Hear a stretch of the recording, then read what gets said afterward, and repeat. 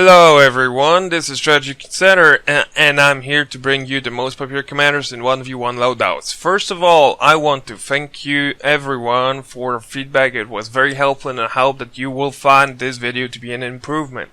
This time there's going to be more analysis and not just numerical values. I'm going to talk more about what are noticeable differences in 1v1 and 2v2 loadouts.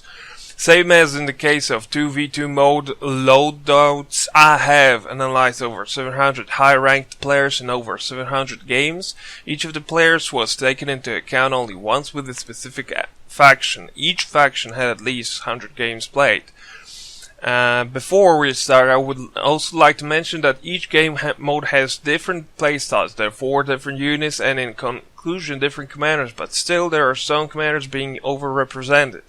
2v2 mode focuses mainly on rushing and controlling focal points on the map. On most maps, more plays a major role as well as all kinds of indirect fire. There is much less points to be controlled in a 2v2 game in general, and thus infantry players plays lesser role. Some maps are very thin, which makes MGs more effective. 1v1 mode, on the other hand, is much more about map control and constant repositioning.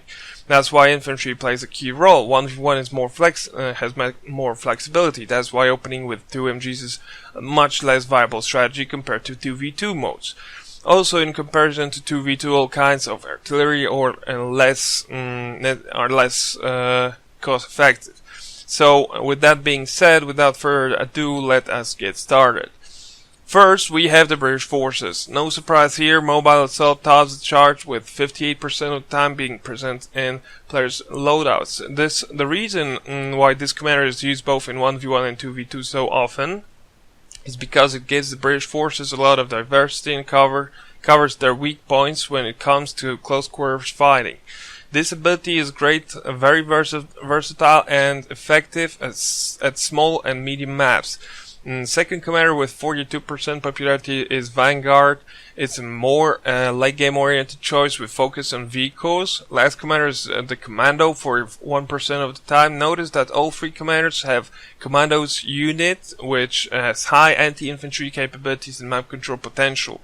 Also, raid operation and smoke raid operation increase British capture and decapture rate by 100% plus, also enabling vehicles to capture or camouflage for your infantry in friendly territory. This is OP. These two abilities are insanely useful at pressuring and controlling the map.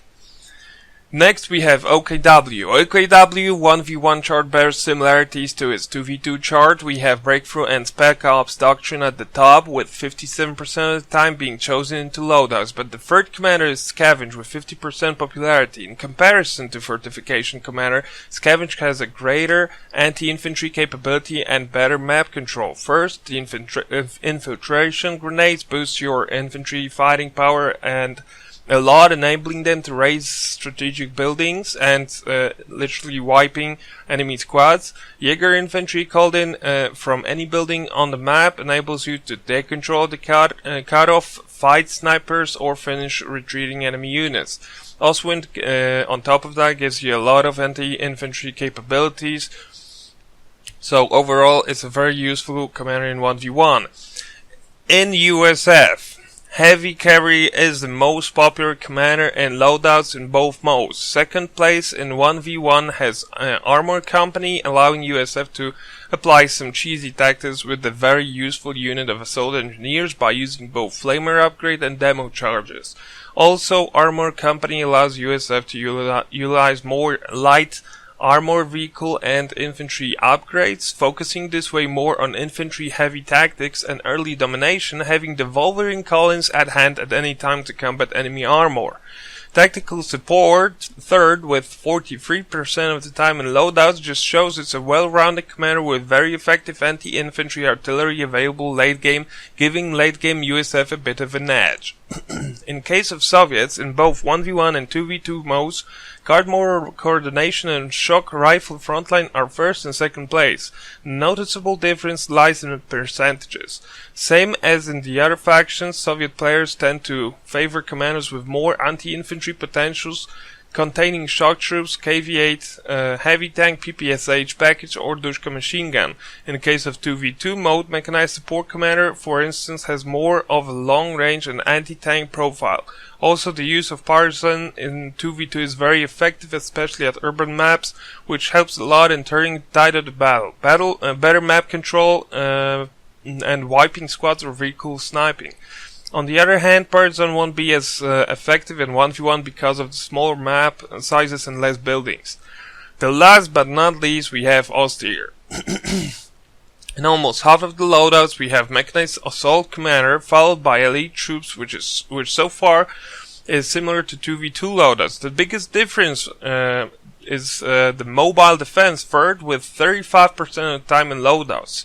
The main reason for this is that mobile defense gives Austere flexibility and the ability to call in early Puma to negate armor pressure from the enemy if you can't afford a Panzer IV, which in a 1v1 environment can actually cost you the game, whilst in 2v2 mode there is a chance that your ally will help you. So that will be all for now. I hope that the video was helpful for some of you. At least if you did like the video, please leave a like or comment down below. See ya!